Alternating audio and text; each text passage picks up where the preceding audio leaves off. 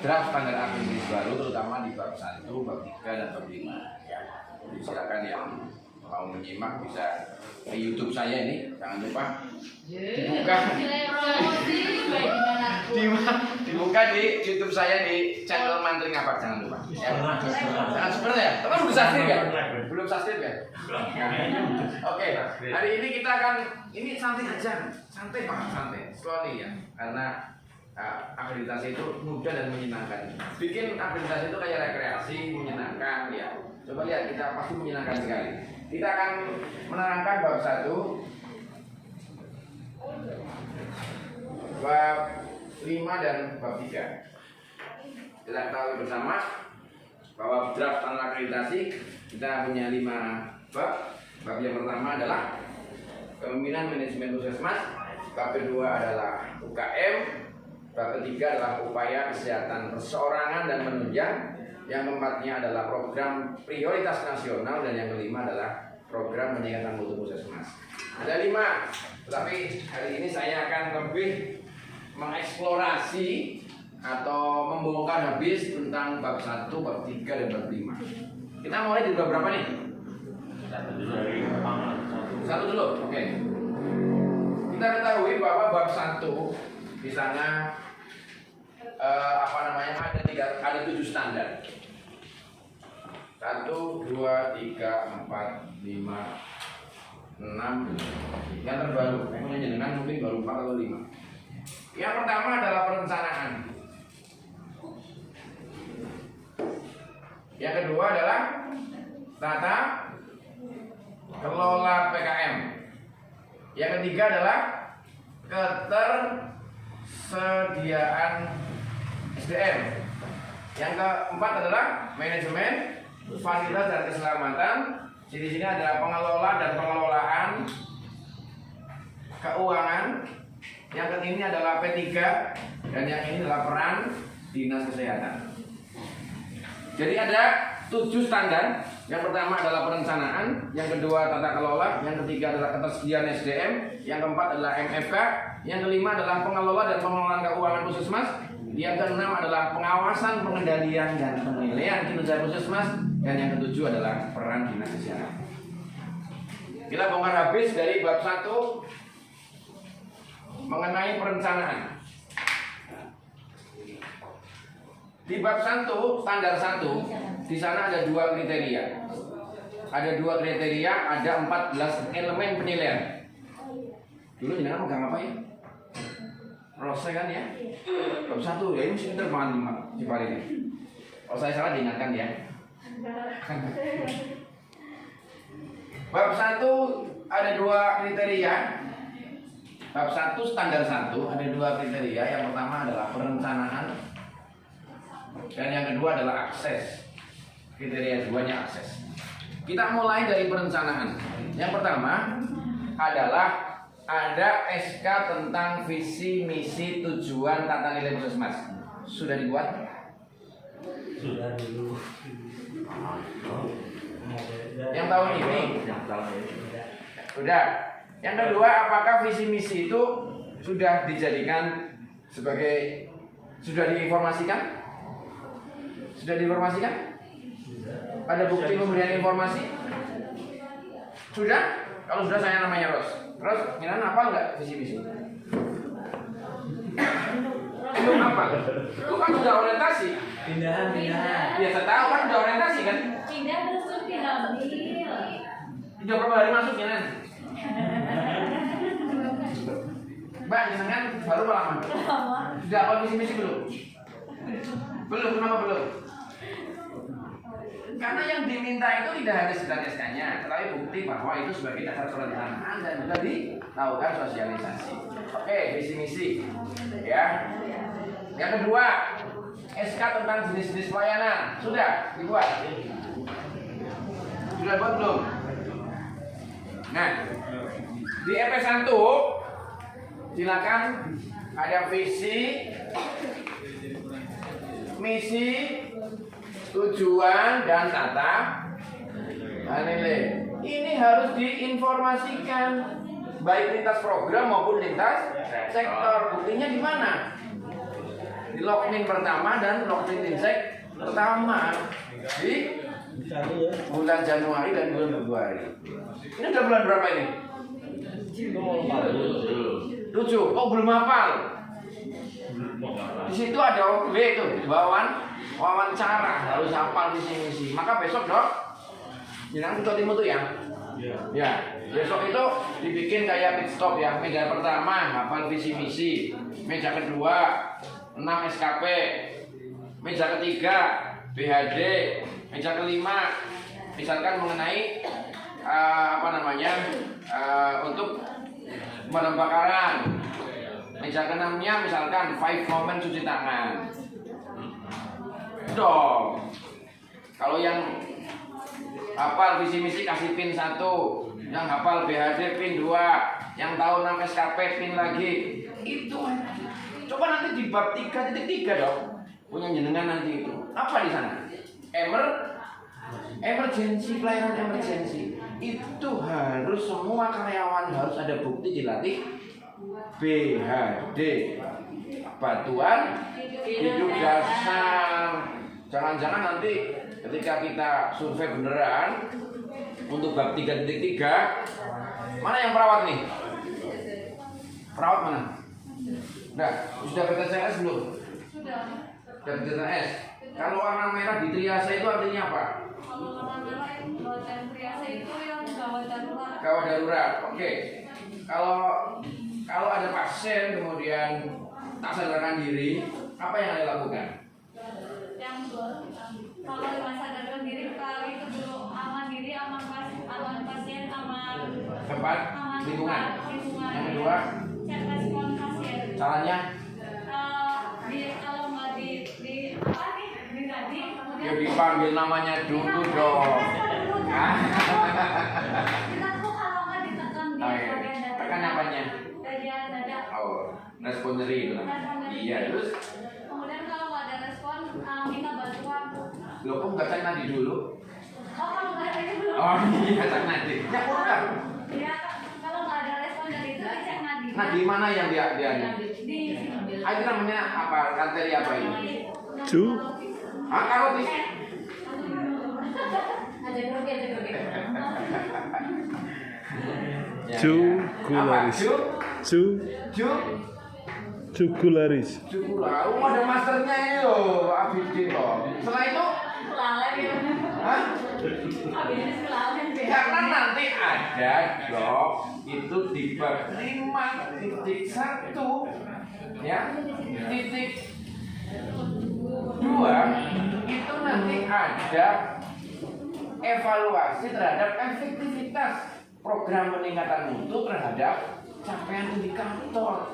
Bagaimana mungkin orang-orang yang dipilih pelatihan itu diharapkan ada peningkatan bab 5.1.2 FP3 itu nanti ya ada evaluasi terhadap efektivitas program peningkatan mutu terhadap capaian indikator mutu. Wah itu loh, indah sekali bahasanya ya. Di sini udah. Kemudian yang kedua adalah SK tentang jenis-jenis layanan. Ada 4 hal, ada 4 dasar bagaimana kita menentukan jenis-jenis pelayanan. Satu apa? Menentukan jenis-jenis pelayanan. Dasarnya ada 4. Pertama apa?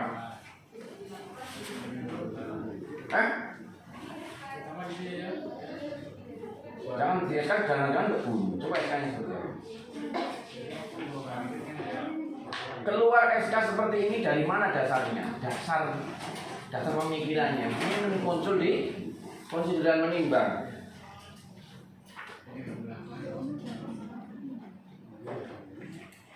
Nah, ini hanya satu di sini ya. Sebenarnya ada 4 dasar pemikiran kenapa kita menetapkan jenis pelayanan. Yang pertama apa? Hasil identifikasi dan analisis kebutuhan dan harapan masyarakat. Yang kedua adalah hasil analisis dari peluang pengembangan. Maka masalah-masalah di puskesmas berbeda-beda karakteristiknya, ya kan? Maka upaya pengembangannya berbeda-beda kan? Maka dasarnya adalah analisis, ya, analisis tentang upaya pengembangan yang ada di sini. Yang ketiga apa? Analisis dari identifikasi risiko yang mungkin ada. Yang keempat apa? Adalah perundangan. Ada 4 dasar di situ. Jadi jangan tahu. Sini pengembangannya apa sini?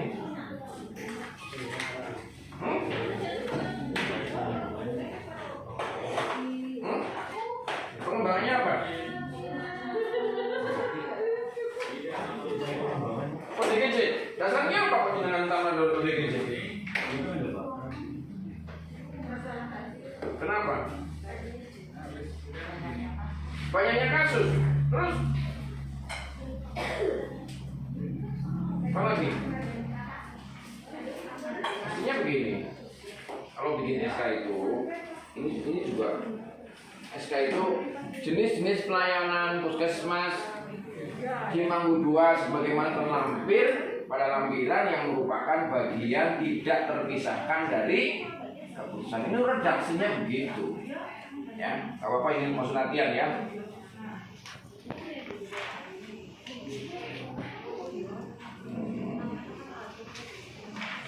Jadi itu yang kedua adalah SK tentang jenis-jenis apa isi sudah ada SK-nya ini apa nanti dibongkar-bongkar. Yang ketiganya adalah ada renstra. Ada renstra nggak sini? Ada, yaudah dokumen renstra. Berarti jenengan harus paham bagaimana tahapan-tahapan penyusunan renstra. Yang jelas penyusunan renstra selain evaluasi kinerja 4 tahun yang lalu ditambah dengan separuh dari midtermnya itu terakhir, yang jelas renstra jenengan harus mengarah kepada dasarnya adalah renstranya Dinas Kesehatan Kabupaten dan dasarnya adalah RPJMD-nya Bupati Cilacap. Jadi besok kalau saya dengan Pak Abidin mau nyalon Bupati di Cilacap, kalau kalimatnya kalau loh Pak, apa yang pertama kali kita siapkan adalah visi misi saya dengan Pak Abidin. Setelah saya benar-benar jadi bupati dan wakil bupati, apa yang Anda lakukan? Menerjemahkan visi misi dalam namanya RPJMD. Nama presiden, visi misi presiden di breakdown menjadi RPJMN. Kalau kita namanya RPJMD. RPJMD di breakdown ke SKPD dan ke UPTD namanya Renstra. Renstra di breakdown lagi menjadi RUK. RUK di breakdown lagi menjadi RPK. RPK di breakdown lagi menjadi RPK bulanan. RPK bulanan di breakdown lagi menjadi kerangka acuan. Kerangka acuan di breakdown lagi menjadi jadwal kegiatan. Jadi besok saya sangat mudah untuk menjebak teman-teman puskesmas. Coba lihat tanda tangan kerangka acuan. Kerangka acuan itu disahkan sebelum atau sesudah RPK disahkan? Setelah apa sebelum? Setelah apa sesudah? Saya nanya, setelah atau sesudah? Sesudah. Bisa tekan banget, kapan ini? Ya, jadi setelah. Jadi jangan sampai tanggalnya kerangka acuan itu mendahului penetapan RPK. Itu namanya dukun. Ya, namanya dukun. Ya. Kemudian EP berikutnya adalah RUK. Silakan tahapan-tahapan penyusunan RUK dipelajari, khususnya KTU ini, tahapan analisis, persiapan analisis dan sebagainya. Silakan. Dan di EP 7 itu ada mekanisme untuk merubah perencanaan. Yang termasuk perubahan anggaran di bulan Mei Juli ya, Mei Juli kan mulai suruh anggaran perubahan di sana. Itu harus ada bukti pembahasan. Di sini sudah dibikin tim perencanaan atau tim manajemen puskesmas. Sudah ada SK-nya? Coba lihat SK-nya.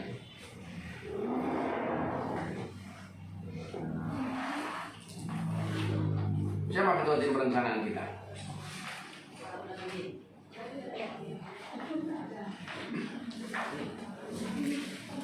Dulu Pak Abidin naik haji mesti dibiayai negara ya? Iya. Makanya namanya Abidin. Atas biaya dinas.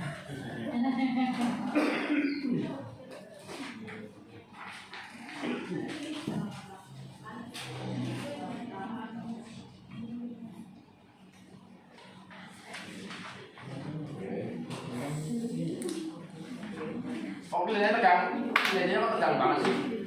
Kita ice breaking dulu sebentar ya. Kita peluk tangan dulu biar enggak apa namanya enggak yang fresh ya. Nanti kita bahas. Soalnya kok enggak ceria ini.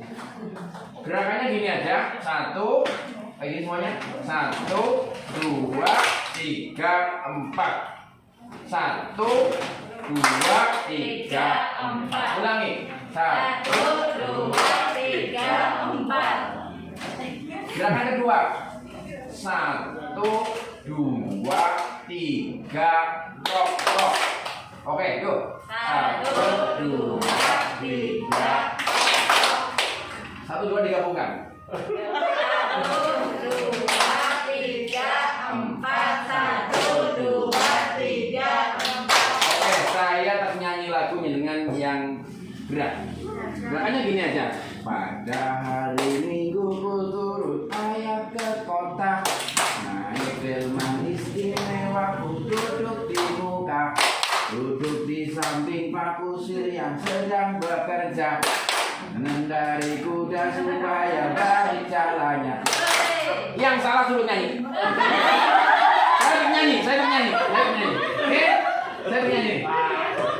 Ayo bareng-bareng saya nyanyi ya. Konsentrasi. Ya. Oke, yang liatin Mas, yang salah siapa? 1, 2, 3. Pada hari Minggu ku turut ayah ke kota.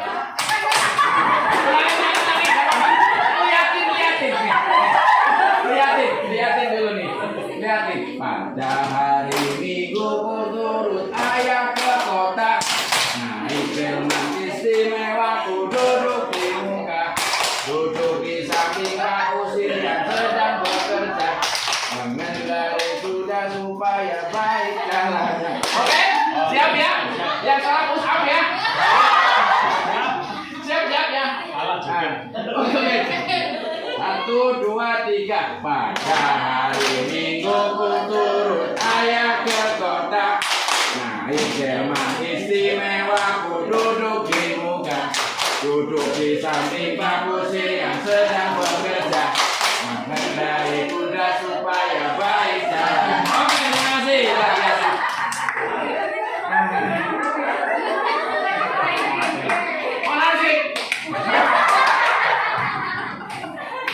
Ayahnya wae mahanya. Artinya mau keprok nih. Ya gampang terakhir. Oke, kita lanjutkan.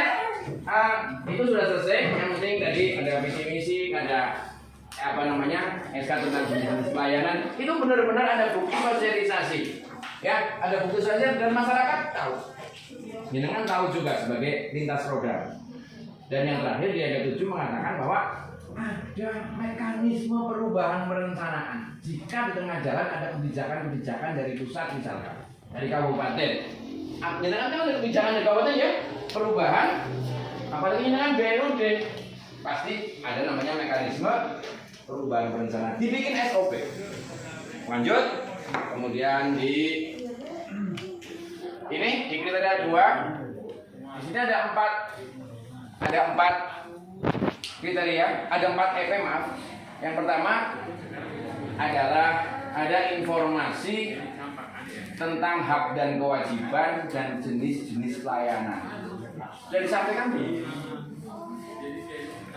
Apakah di depan sudah ada leaflet tentang hak dan kewajiban? Ada.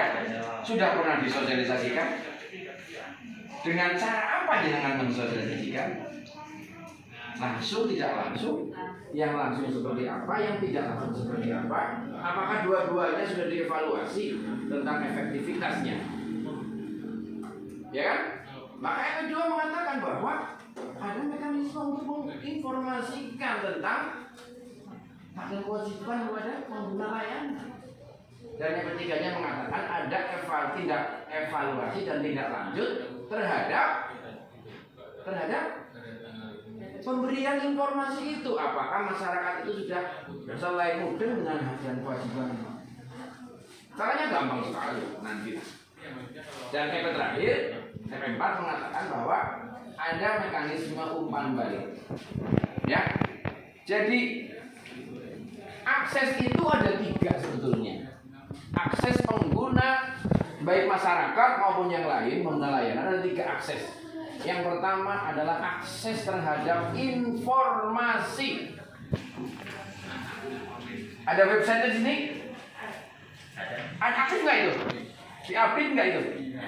Yang kedua adalah akses terhadap pelayanan, jenis-jenis pelayanan yang ada di sini. Yang ketiga adalah akses umpan balik terhadap pelayanan. Kalau dulu di bab 1 standar 1 kriteria 2, atau di bab 4 standar 1 kriteria 2, atau di bab 1 standar 2 kriteria 6, atau di bab 4 standar 2 kriteria 6. Dulu waktu yang 6 bab. Ya, 9 bab. 9 bab, 42 standar, 168 kriteria dan 776 EP dulu.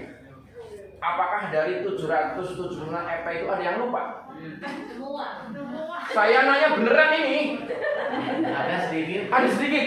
Kira-kira satu aja EP yang nggak lupa apa coba? Dari 776 coba. Wah, ada nggak? Ada yang lupa nggak Mas kira-kira? Yang lama lupa, yang sekarang nggak tahu gitu aja. Jujur aja kan? Nah, ya, maka kita belajar penting. Nah, sini akses itu ada 3, akses informasi, akses layanan, dan akses umpan. Bagaimana cara menerima keluhan? Bagaimana caranya menerima umpan balik atas pelayanan kita? Ada SKM di sini? SKM? Ada kan? Survei? Itu bagian, salah satu bagian dari menjawab dari EP ini umpan balik. Ya, itu. Ada ruangan untuk menerima pengaduan? Ada ruang pengaduan nggak? Loh, harus ada. Itu syarat dari ombudsman kan harus ada ruang pengaduan. Ada petugas pengaduan dan ada buku pengaduan. Nggak masalah. Tetapi di situ memang melayani pengaduan. Selesai ya? 1.2. Di bab 1.2 mengenai tata kelola, di sana itu ada 5 kriteria. Pertama adalah tentang struktur organisasi. Sudah dibuat? Sudah dibuat? Sudah. Yang kedua, setelah dibikin struktur, sudah ditetapkan orang-orangnya untuk mengisi struktur. Siapa PJ UKM, siapa PJ UKP, siapa pelaksana KIA, sudah? Sudah? Apakah sudah disosialisasikan? Sudah? Belum. Nah, ada SK. SK-nya dikeloni baik ya, tidak dikasihkan pada yang dikasihkan SK. SK harus dikasihkan dan harus ada bukti ekspedisi bahwa SK itu udah nyampe. Jadi Mbak Rosa nggak bisa mengelak. Jangan nggak apa Mbak Rosa. Di sini bukan apa? Surveillance, ya. Tahu nggak jangan posisinya jadi apa? Di sini. Di kuliah tugas tambahan sebagai apa? Kan ada urutan tugas pokok dan tambahan. Yang kedua adalah dokumen regulasi. Tata naskah sudah buat belum? Ya. Saya punya tata naskah yang bagus, ada 110 halaman. Sampai bagaimana mengatur absensi rapat, bagaimana mengatur form untuk pendelegasian wewenang, bagaimana mengatur disposisi siapa yang harus paraf. Bilang sampai gitu enggak? Masa enggak? Oh enggak minta sama saya maksudnya? Yang baru mau. Oh baru mau minta. Ini kan kemarin kan cuma 50 halaman, saya 100 gitu ya. Selanjutnya adalah 1.3 adalah identifikasi jaringan dan jejaring. Siapa penjadi jejaring? Orangnya di sini nggak? Hukum, bidan. Kok apoteker jadi penjadi jaringan sih?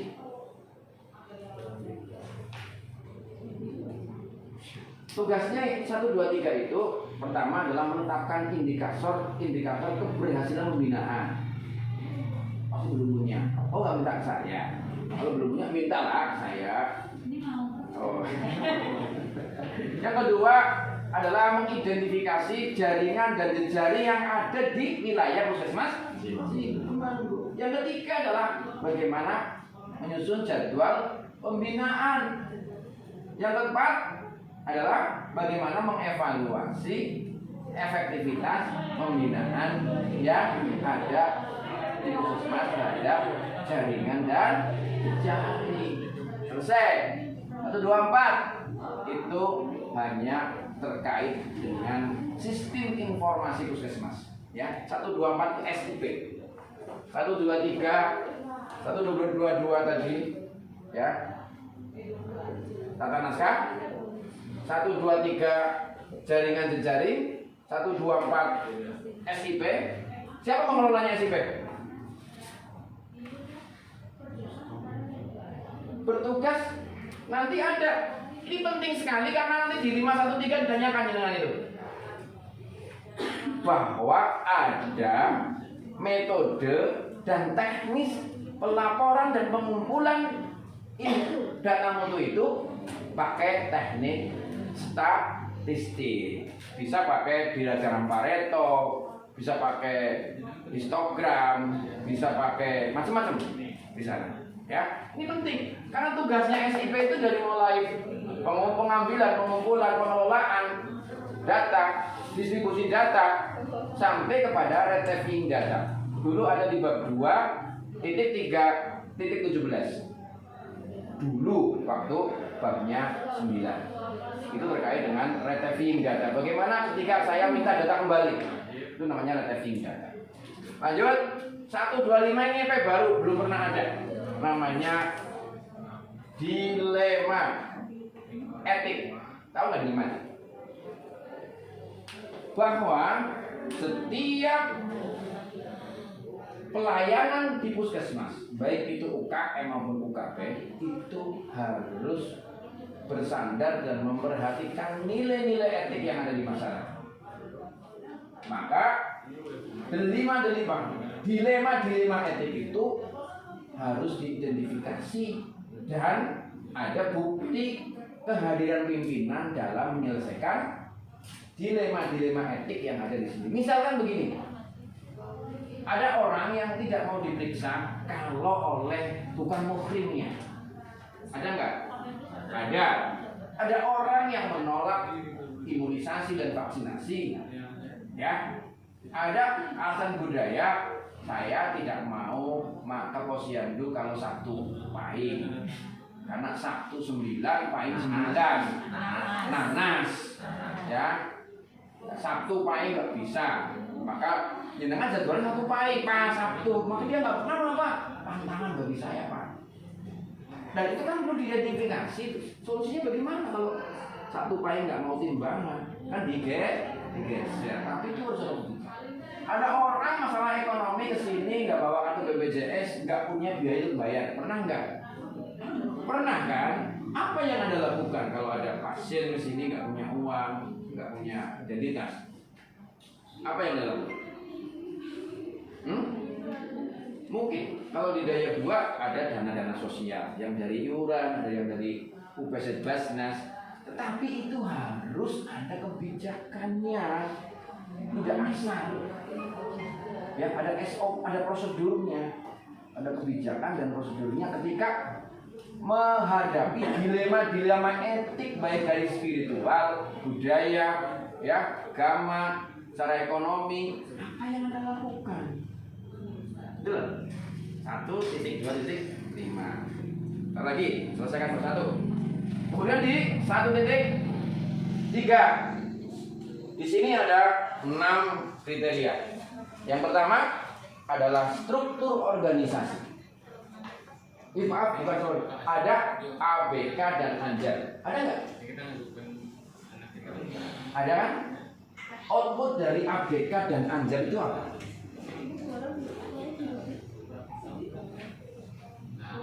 Output ketika KPU melaksanakan Anjar dan ABK. Tahu nggak Anjar itu apa? Ada jabatan. ABK apa? Anak buah kapal. Bukan. adalah ABK, analisis beban kerja. Kalau kita melaksanakan ANJAP dan ABK, pasti ada 3 output. Yang pertama adalah uraian jabatan, yang kedua adalah peta jabatan, yang ketiga adalah kebutuhan SDM. Di boten Pak, jangan KTU ini untuk KTU B, Anda ngerti. Output dari ANJAP dan ABK ada berapa? 3. Uraian jabatan, peta jabatan, dan kebutuhan. Maka kemudian di EP2 di kriteria 2 dijawab langsung ada uraian tugas karyawan, baik itu uraian tugas pokok maupun uraian tugas tambahan. Maka sekarang KTU itu adalah jabatan fungsional karena apa? Karena tugas pokoknya adalah perawat. Ya, itu bukan MMD loh ya. Tahu MMD nggak? Mantri mirip dokter.